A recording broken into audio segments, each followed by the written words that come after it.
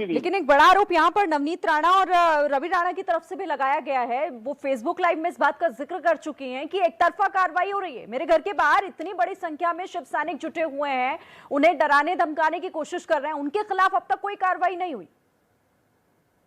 देखिए, ये पूरा मामला जो है सियासी हलकों में एक संदेश देने के तौर पर देखा जा रहा है कि शिवसेना की ओर से ये संदेश दिया जा रहा है कि अगर कोई उनको चुनौती देगा तो वो मुसीबत में फंसेगा।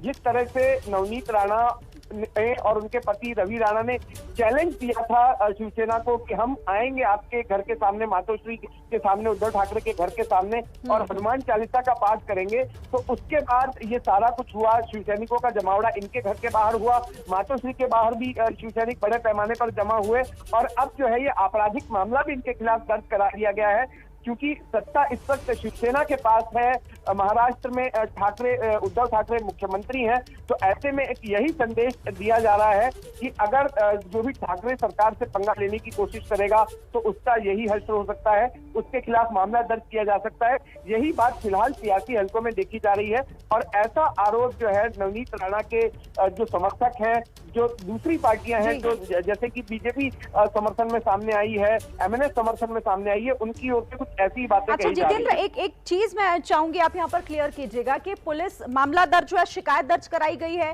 पुलिस यहाँ से उन्हें ले क्यों गई है? वहां पूछताछ की जाएगी या फिर इन्हें हिरासत में लिया गया है? क्या है ये मामला, जरा बताइएगा।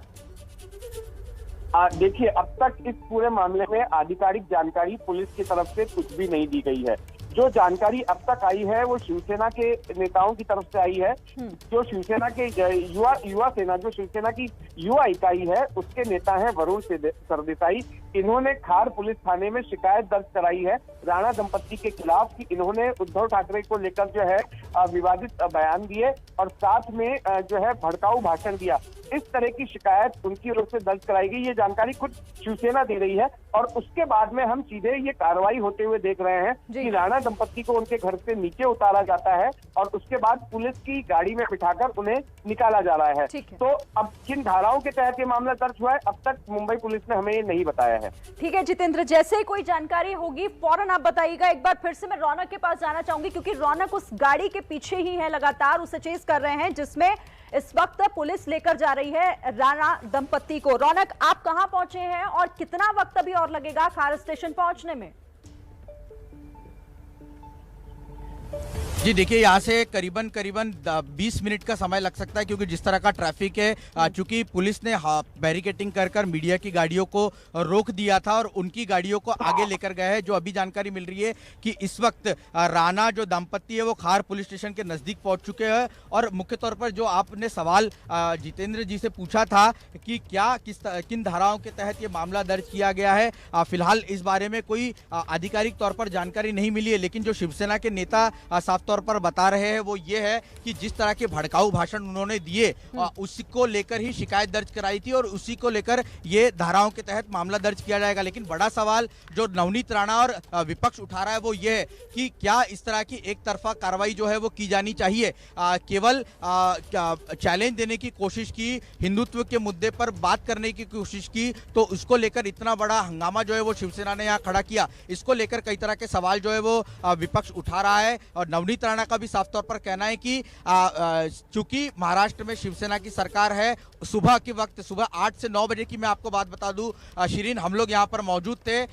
करीबन 200 मीटर की दूरी पर उनके घर से बैरिकेटिंग दोनों तरफ से की गई थी। लेकिन जैसे ही 9 बजे शिवसेना के कार्यकर्ताओं ने वो बैरिकेटिंग तोड़ी और ठीक उनके घर के सामने आंदोलन करने लगे और तब से अब तक पुलिस ना उनको वहां से खदेड़ पाई है, ना पुलिस वहां पर बड़े पैमाने पर पुलिस बल का इस्तेमाल कर उनको दूर कर पाई है। तो इसीलिए ये आरोप जो है वो रवि राणा की तरफ से लगाया जा रहा है, वो ये है कि सत्ता का दुरुपयोग है और शिवसैनिकों को कहीं ना कहीं सॉफ्ट कॉर्नर देने की कोशिश मुंबई पुलिस कर रही है। जी बिल्कुल, और ये जाहिर तौर पर जो ये तस्वीर है ये आज की दूसरी बड़ी तस्वीर और ये महाराष्ट्र की सियासत में अब क्या नया मोड़ लेकर आएगी, इसे लेकर एबीपी न्यूज ने कुछ सवाल भी एबीपी न्यूज पूछ रहा है। पहला सवाल तो ये कि पुलिस नवनीत राणा को साथ क्यों लेकर गई है, ये महत्वपूर्ण सवाल जिसका जवाब हम ढूंढने की आगे कोशिश करेंगे। सवाल ये भी कि क्या नवनीत राणा को हिरासत में लिया गया है।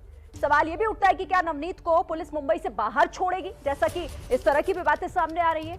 कि उन्हें दिल्ली जाने की जो तैयारी थी उन्हें दिल्ली भी भेजा जा सकता है। सवाल ये कि क्या पुलिस नवनीत राणा से पूछताछ करेगी उस शिकायत के आधार पर जो उनके खिलाफ दर्ज कराई गई है, सुरक्षा के लिए ले गई है या फिर हिरासत में लिया गया है, क्योंकि बड़ी संख्या में नवनीत राणा के घर के बाहर लोग जुटे हुए हैं, शिव सैनिक जुटे हुए हैं। ऐसे में सवाल ये उठ रहा था कि आखिर अब लेकर क्यों गई है पुलिस। हमारे साथ सभी खास मेहमान भी बने हुए हैं। नूपुर कुछ इस पर बोलना चाहती है, रिएक्ट करना चाहती है? नूपुर,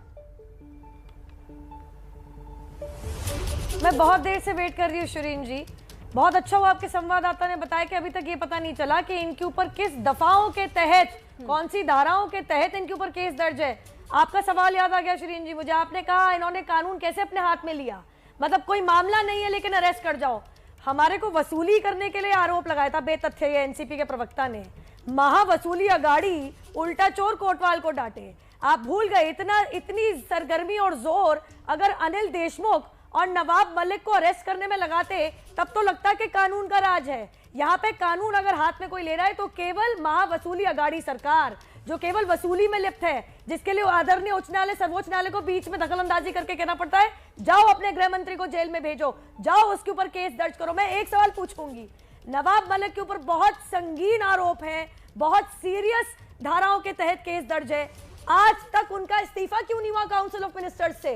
मतलब नवाब मलिक जिनकी हॉबनॉबिंग, जिनकी रिश्तेदारी, मिलना जुलना और सारा बिजनेस डीलिंग और ट्रांजैक्शन दाऊ जैसे आदमी के साथ चल रहा है, उसके सारे हेंचमैन के साथ चल रहा है, वो आज भी आपके यहाँ मिनिस्टर है, वो आज भी आपकी कैबिनेट मिनिस्ट्री में कबीना मंत्री है, उनको आप कभी भी बाहर नहीं निकालेंगे, उनको आप बेदखल नहीं करेंगे। लेकिन नवनीत राणा जिसके ऊपर किसी दवा के ऊपर ही केस दर्ज नहीं है, आप उन्हें भेज देंगे। मैं एक चीज कहना चाह रही हूँ, बिल्कुल नूपुर, जो सवाल आप उठा रही हैं ये सवाल बहुत महत्वपूर्ण हो जाते हैं।